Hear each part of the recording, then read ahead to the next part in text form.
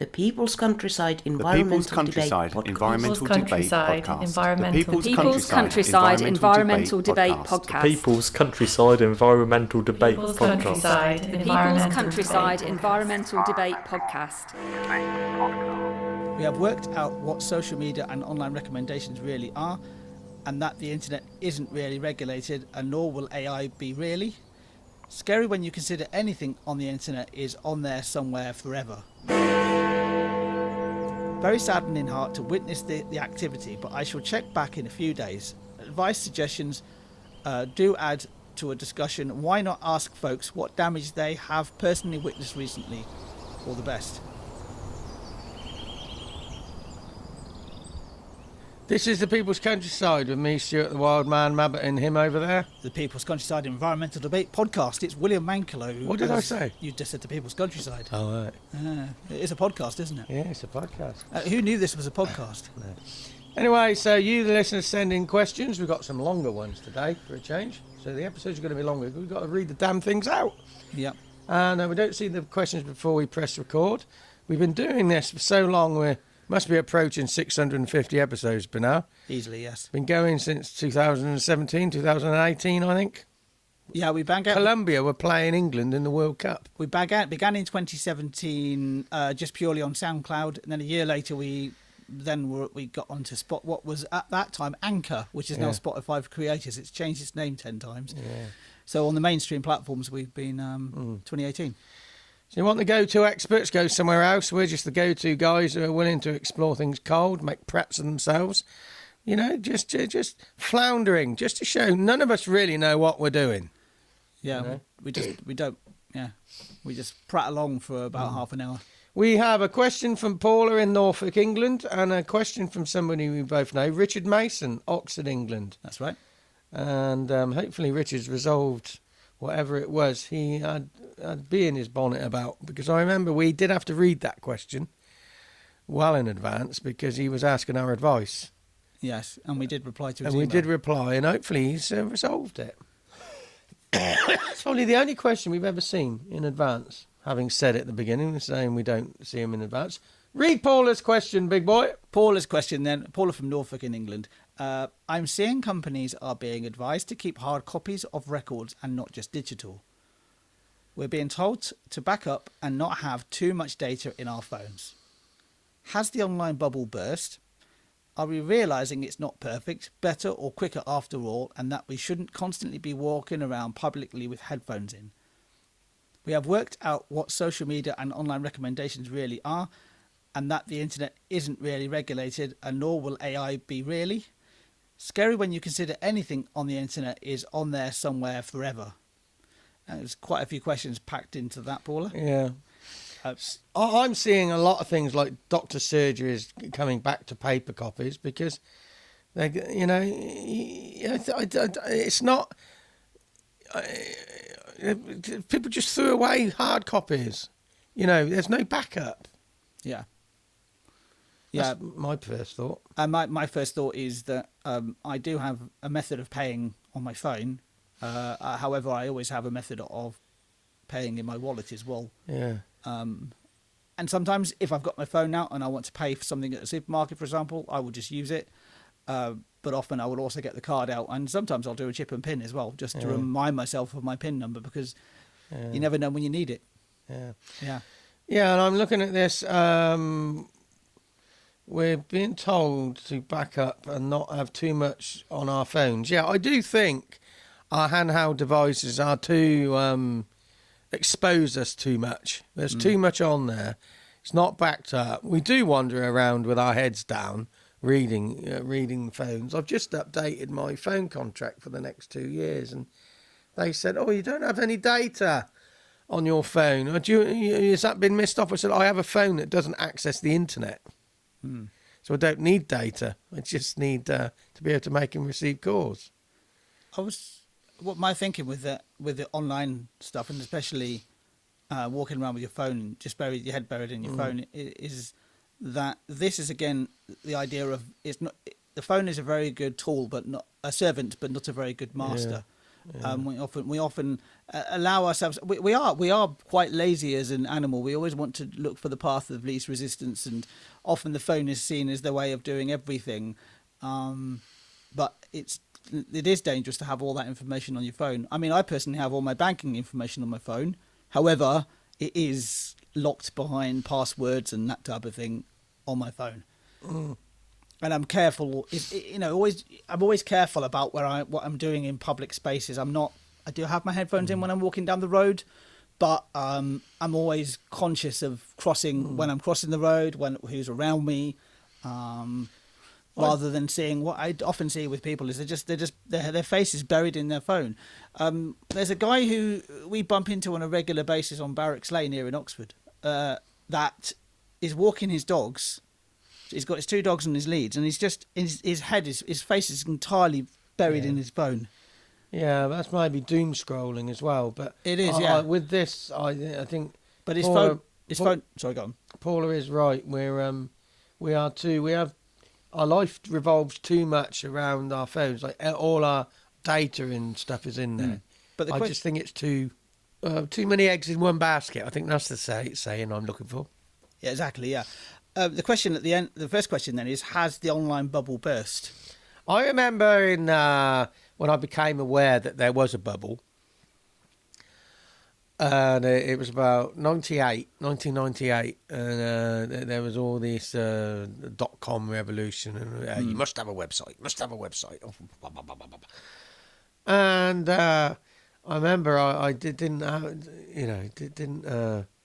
I had a website. I think I'm trying to think.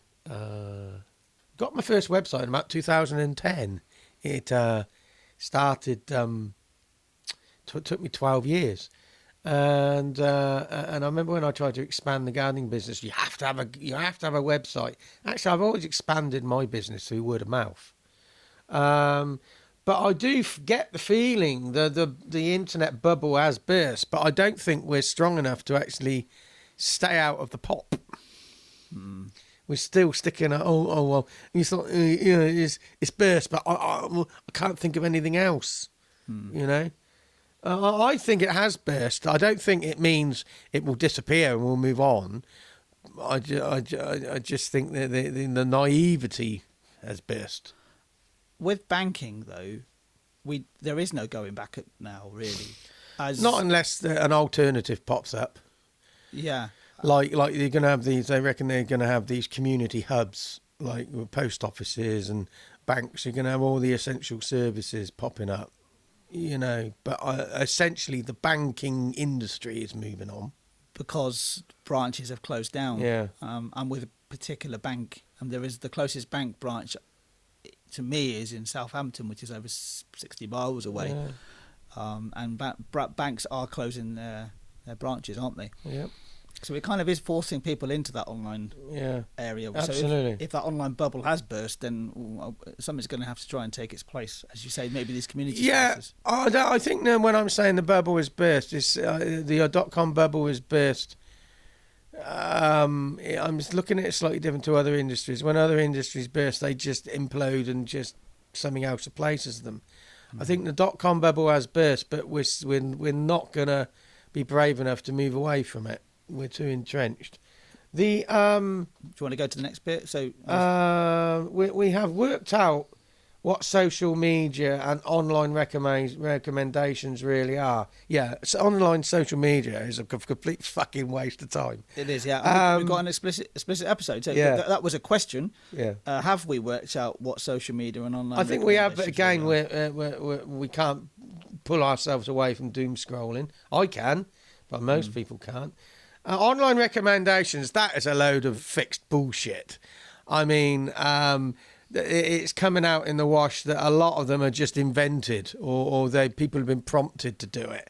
Okay, and it's not genuine.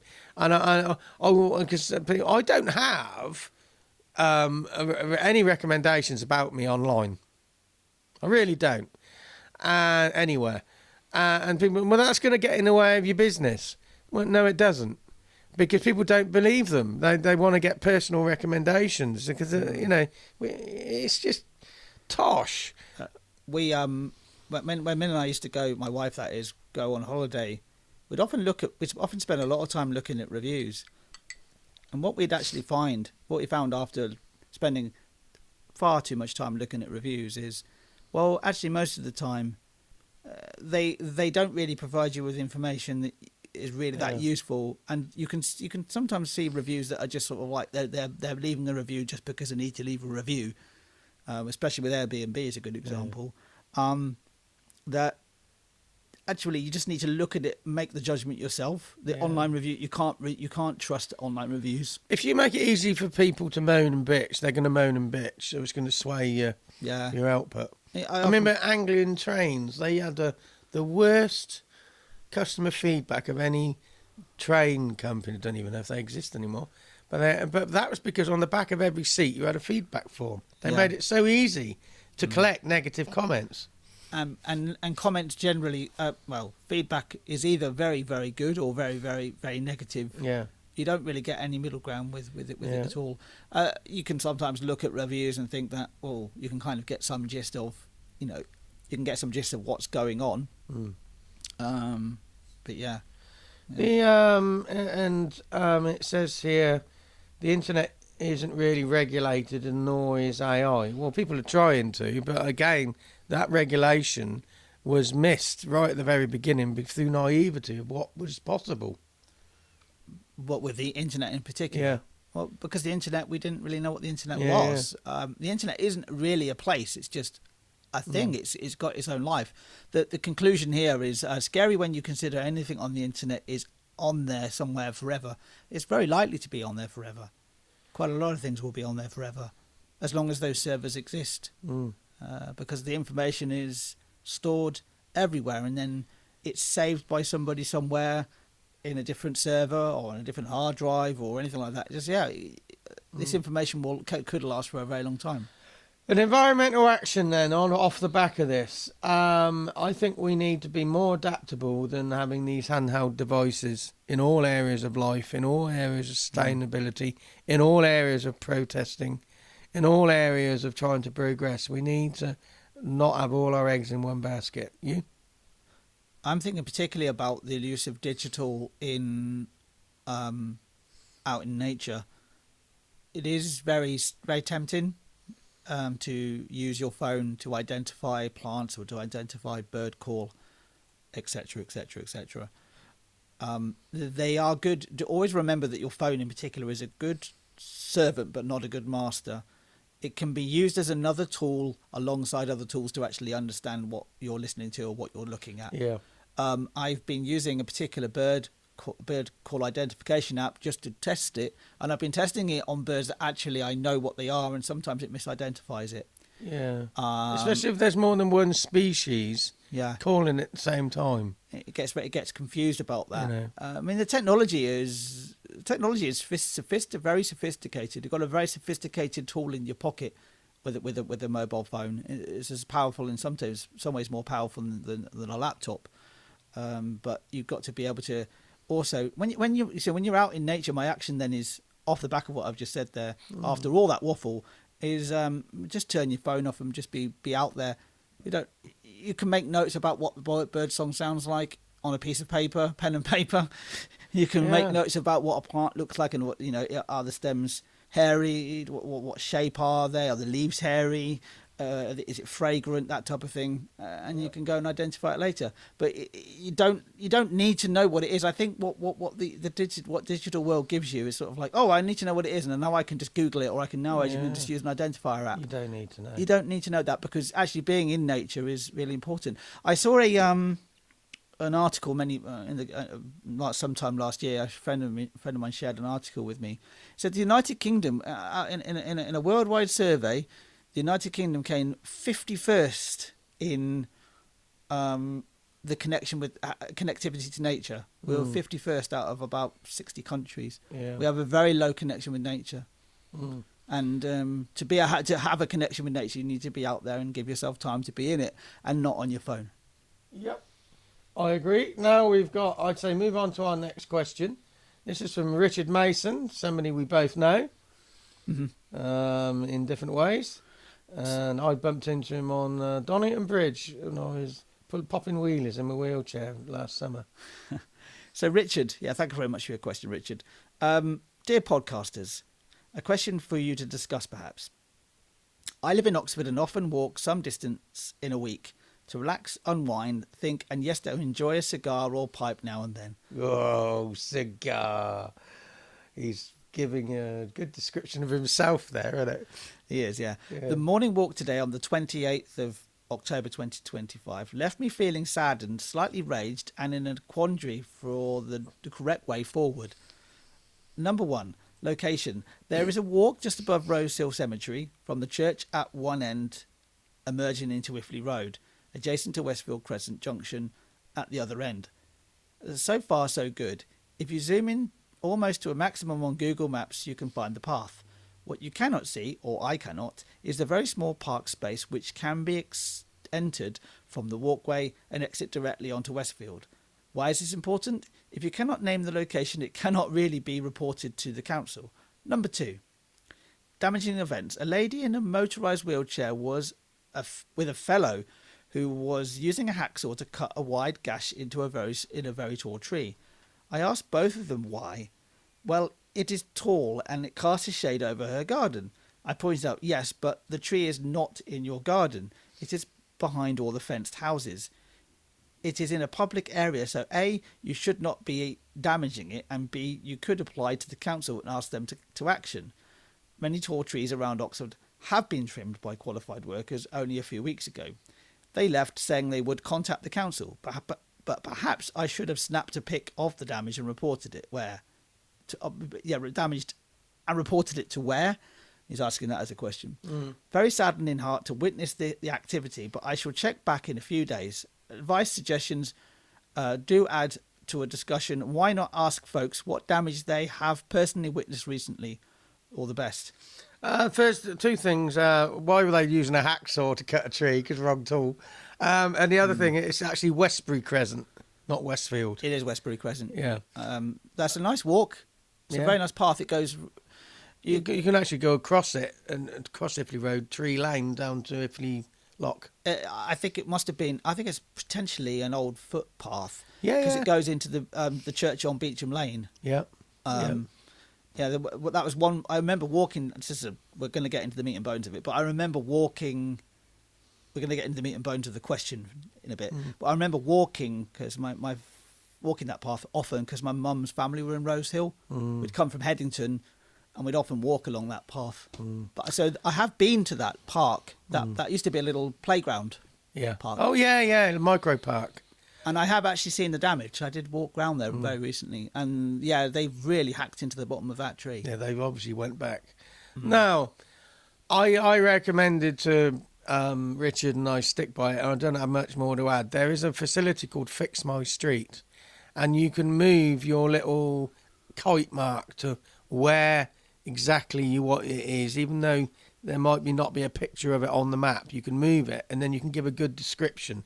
I reported something down Sandy Lane. We're going to have a look this afternoon. There's a hedge growing over by Oxford Stadium, and it's a real job to walk, or let alone have a wheelchair going down that footpath. And there wasn't really any way of denoting where it was, apart from putting this little flag and then a description. Is it you've got a map and you can literally put a pin in the map? Yeah, pretty much. Yeah. So you'll probably be able to see an aerial view of that park, and you can pinpoint exactly where the tree is. And then you give a written description. You report it there. Fix My Street. You can put photographs in there if you want. But keep pressure on. But that's all I would say. Is that's how you report this stuff. But the bottom bit, do add to a discussion. Want to ask folks what damage they've personally witnessed recently.